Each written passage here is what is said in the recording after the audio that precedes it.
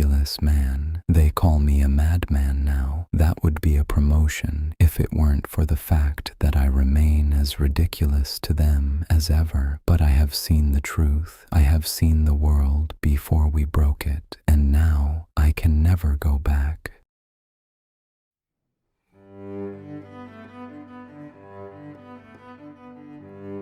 It was a gloomy evening. The rain was cold. I looked up at the sky, and there, between the ragged clouds, was a tiny star.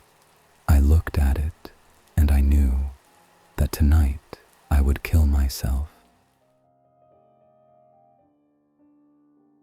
I sat in my room.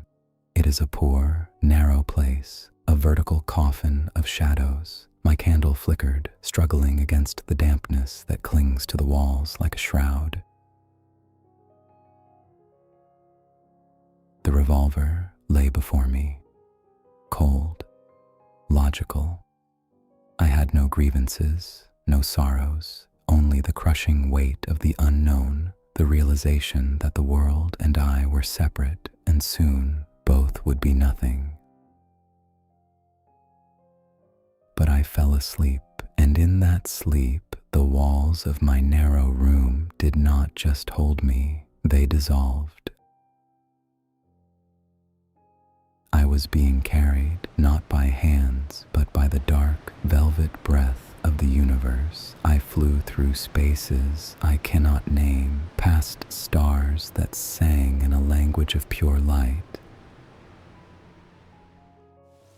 And then I saw it, another earth, an earth that had not been touched by our grief. I landed in a forest of emerald and gold, where the very air felt holy.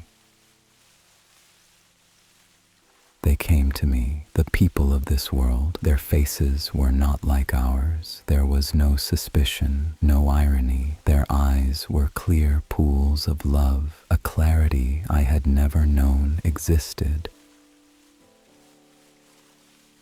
I lived among them. I saw a world where truth was not a weapon, but the sun they breathed. I felt a joy so sharp it was a kind of pain. I was no longer ridiculous. I was home.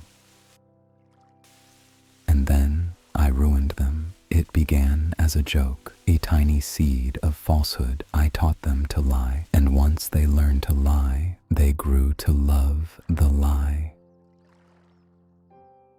The emerald faded to gray. They began to build walls. They invented justice because they had lost love. They invented shame to cover their hearts. I saw my paradise turn into the St. Petersburg I had fled. I begged them to kill me. I told them it was my fault, but they only laughed. To them, I was just a ridiculous man with a foolish dream. I woke.